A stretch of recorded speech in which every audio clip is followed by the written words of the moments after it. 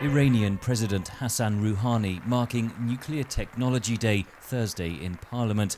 Iran's supreme leader said this week there was no guarantee a full deal would be reached by the June deadline.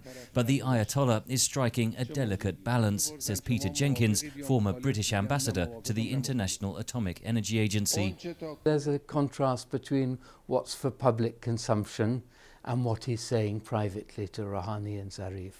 The tentative framework agreed to in Lausanne earlier this month, aimed at scaling back Iran's nuclear program, provides a springboard for deeper engagement, says Mehrdad Konsari, a former Iranian diplomat. Whatever has been agreed to in Lausanne can provide a framework and a catalyst for Iran to try to address these issues, to move in the direction of confidence building, in order to try to enhance its own position.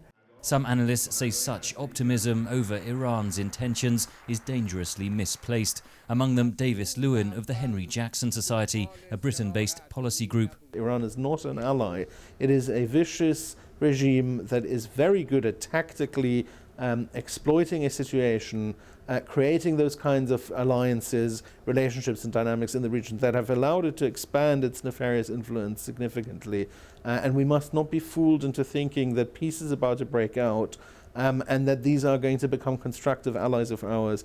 The United States has accused Iran of providing support for the Houthi rebellion in Yemen.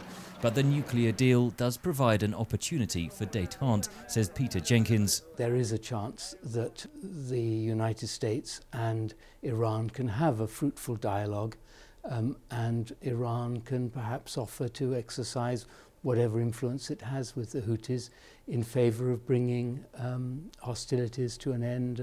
Tehran has described Saudi Arabian-led coalition airstrikes against the Houthis as genocide. Iran has legitimate interests in the region, says Mehrdad Konsari. There are limits to what Iran can do or has done in comparison to, let's say, what Saudi Arabia has been doing and is doing. But they can talk, they can have dialogue. Iran supports Syria's President Bashar al-Assad, accused of war crimes against his own people. But the emergence of terror groups like the so-called Islamic State has created a common enemy and common ground for Iran and its rivals, says Konsari. Addressing their competitors can take a different shape. And I think that is the direction in which the Rouhani government can proceed. Not that Iran should abandon its policy in Syria. Analysts say the window of opportunity for wider dialogue may be short-lived if Iran and the West fail to agree on a full nuclear deal in the coming weeks. Henry Ridgwell for VOA News, London.